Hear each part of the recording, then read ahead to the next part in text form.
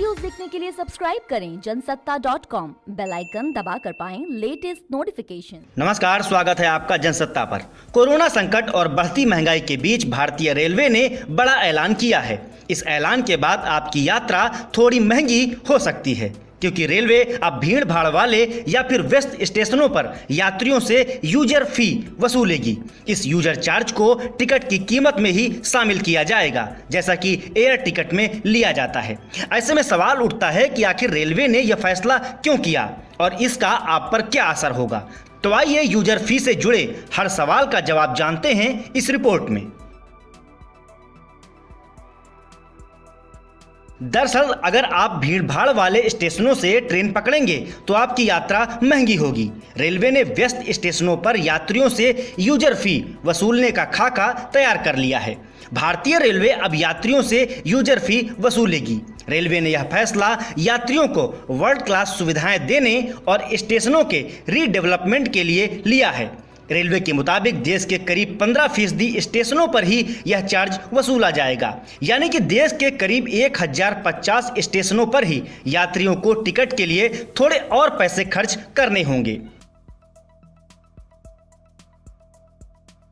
इस मसले पर रेलवे बोर्ड के चेयरमैन वीके यादव ने कहा कि हम यूजर चार्ज के रूप में बहुत छोटी रकम वसूलेंगे।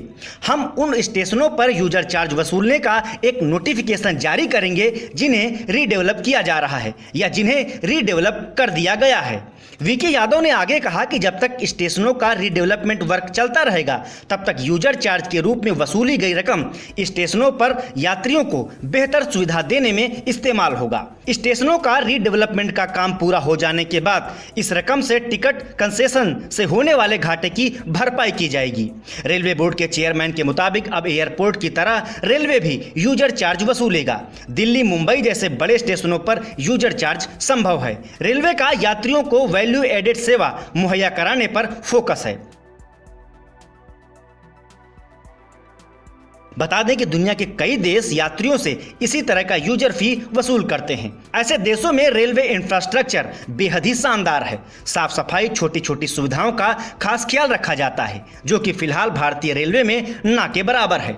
भारत में करीब 7000 रेलवे स्टेशन हैं, जिनमें 10 से 15% स्टेशनों पर ही ये यूजर फी वसूल किया जाएगा। ये 700 से 750 रेलवे स्टेशन ऐसे होंगे जहां अगले 5 वर्षों में भीड़ भाड़ बढ़ने का अनुमान है।